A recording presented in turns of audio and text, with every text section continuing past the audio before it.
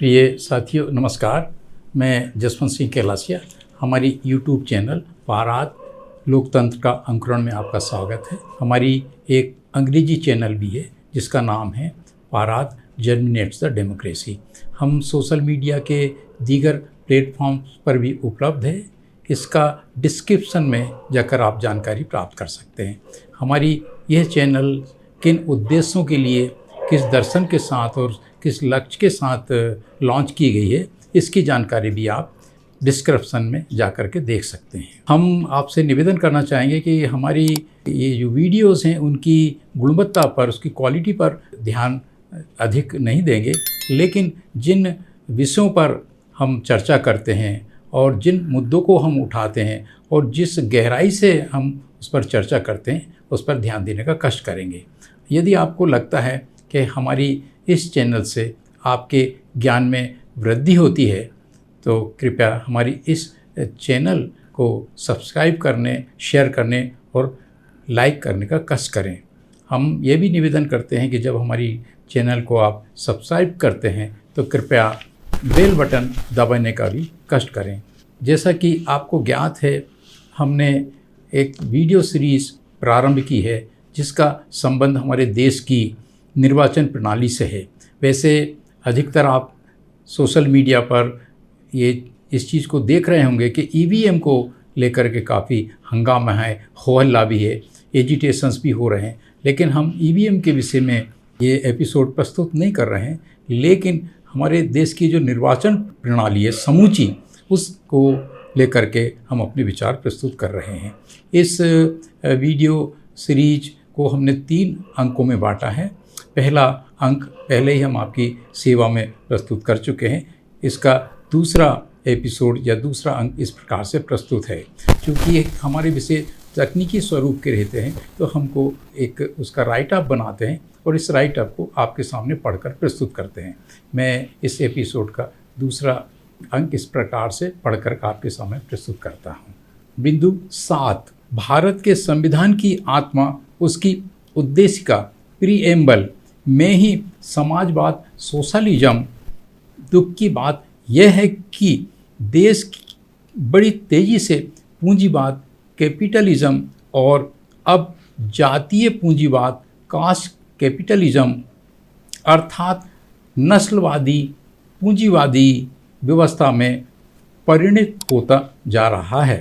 संविधान की आत्मा, उसकी उद्देशिका के ठीक विपरीत ये बात क्यों हुई? उत्तर है, दिनांक 15 अगस्त 1947 वास्तव में स्वतंत्रता मुक्ति का दिवस, इंडिपेंडेंट लिबरेशन डे नहीं है। यह सत्ता हस्तांतरण का दिनांक है, जिसको इंग्लिश में इस तरह से कह सकते हैं, it is a date of transfer of power है। एक शासक यूरोपीय अंग्रेज वर्ग से दूसरे शासक भारतीय वर्ग को सत्ता हस्तांतरण के बाद इस प्रकार इस भारतीय शासक वर्ग ने हालांकि संविधान तो आधुनिक मान्यताओं तथा विधि शास्त्रीय सिद्धांतों, ज्यूरिस्प्रूडेंशियल प्रिंसिपल के आधार पर बनाया और उसकी उद्देशिका में समता, स्वतंत्रता, बंधुत्व, न्याय एवं धर्मनिरपेक्षता, वास्तव में नास्तिकता, एथेइज्म जैसे महत्वपूर्ण तत्वों को समाहित तो किया, लेकिन वे मात्र नारे और प्रोपेगेंडा ही बनकर रह गए। वास्तव में एक कहावत है, हाथी के दांत खाने के और दिखाने के और। कुल मिलाकर भारत का संविधान सुंदर अलमारी में रखी हुई एक सुंदर किताब बनकर रह गया है। कृपया नोट करें, भारतीय शासक वर्ग ने ये जो शब्द हिंदी में धर्मनिरपेक्षता और अंग्रेजी में उसके लिए सेकुलरिज्म शब्द प्रयोग किया है, पूर्णतः गलत और अप्रासंगिक है। लेकिन चूंकि भारत का शासक वर्ग आम जनता के मन मस्तिष्क, सोच, विचारधारा व सामाजिक मान्यता प्रणाली को नियंत्रित करता है अतः आम लोग इन शब्दों के गलत भावार्थों, व्याख्याओं एवं गलत तात्पर्यों को ही सही समझ बैठे हैं। बड़ी बारीकी से दिमाग पर जोर देकर समझने वाली बात यह है कि धर्मनिरपेक्षता शब्द की इस प्रकार से व्याख्या की जाती है कि राज्य का कोई धर्म नहीं होगा तथा प्रत्येक नागरिक को अपने धर्म एवं आस्था को मानने की स्वतंत्रता होगी। अब प्रश्न उठता है कि आखिर यह राज्य, द स्टेट क्या भला है? क्या राज्य कोई सुपर कंप्यूटर है, कोई सुपर रोबोट है या कोई विशाल काय जटिल मशीन है? नहीं, वास्तव में ये लोगों का एक समूह है।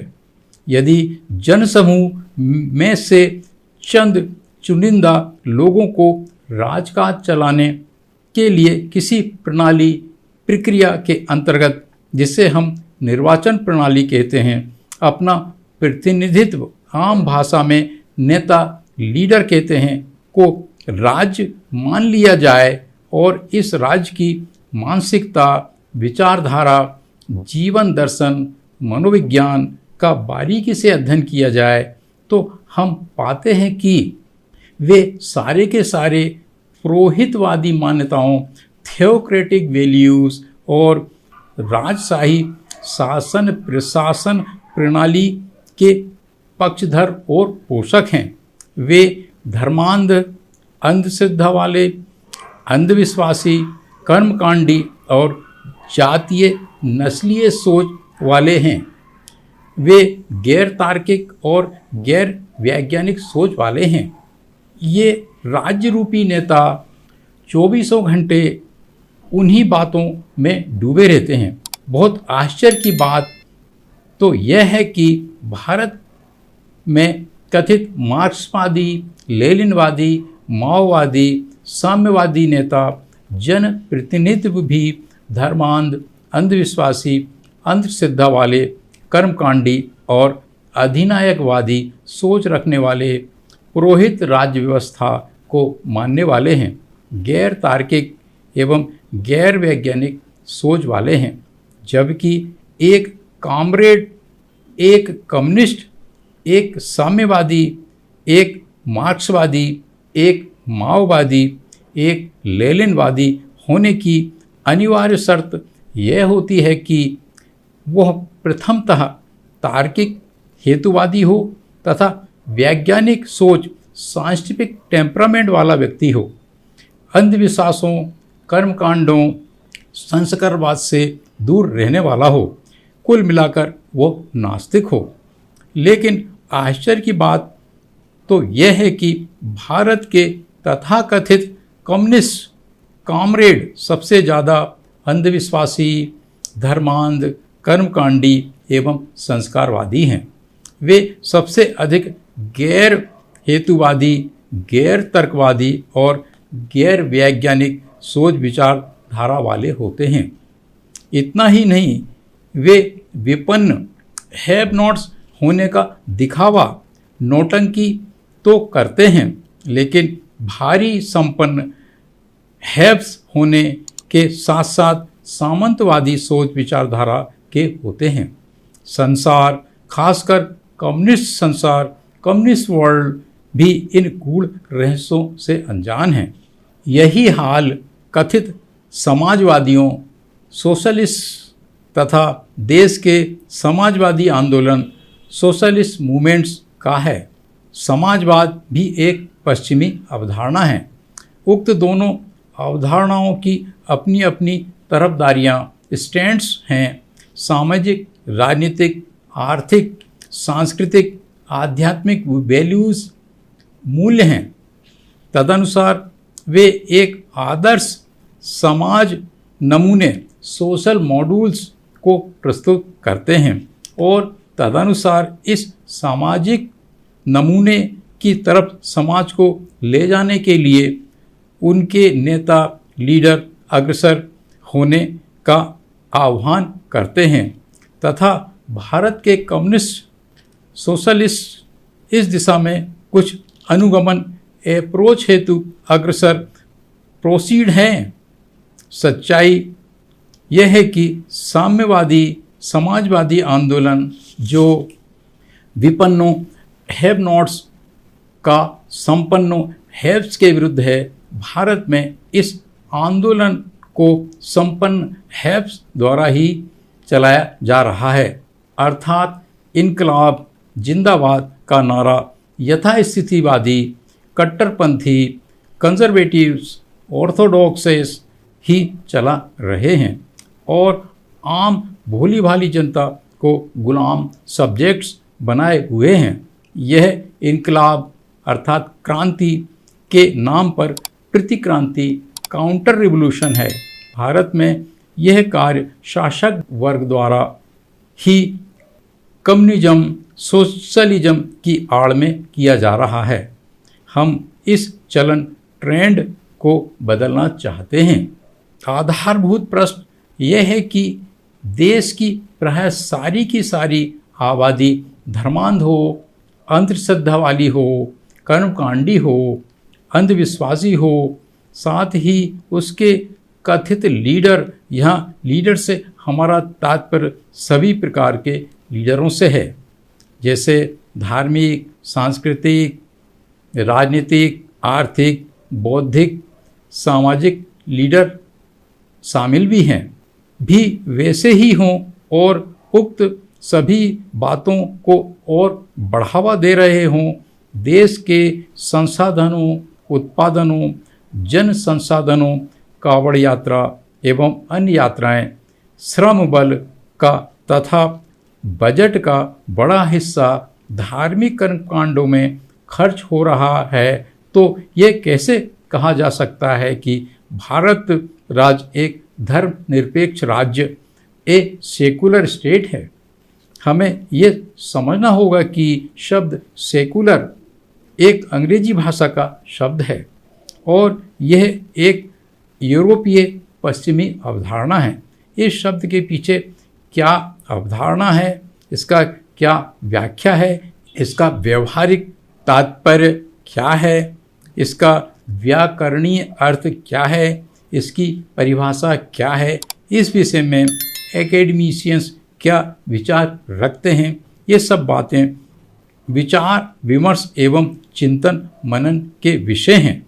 यहाँ इन सब पर प्रकाश डालना प्रासंगिक नहीं है, फिर भी सार संक्षेप में इन्हें सही रूप से समझना बहुत आवश्यक होगा, तभी हम एक बहुत खतरनाक एवं कड़वी सच्चाई को समझा पाएंगे, जिसकी वजह से इस विशाल देश की विशाल जनसंख्या को 14वीं शताब्दी का गुलाम सब्जेक्ट्स बनाकर रखा गया है। ठीक इसी प्रकार शब्द राष्ट्र, जिसे इंग्लिश में नेशन कहते हैं, एवं उससे संबंधित अन्य अवधारणाओं के विषय में भी भारतीय शासक वर्ग और इसी वर्ग में से ही कथित बुद्धिजीवी एकेडमिशियंस ने उनका प्रस्तुतिकरण, व्याख्या, अर्थान्वयन इतना गलत व उल्टा किया है कि जिससे देश में ढेर सारी समस्याएं उत्पन्न हो गई हैं। यहाँ हम अम्बेडकरवाद एवं लोहियावाद के दृष्टिकोणों से इस राष्ट्र शब्द की व्याख्या करने चाहेंगे, जो कि हम अगले एपिसोड में आपकी सेवा में प्रस्तुत करेंगे।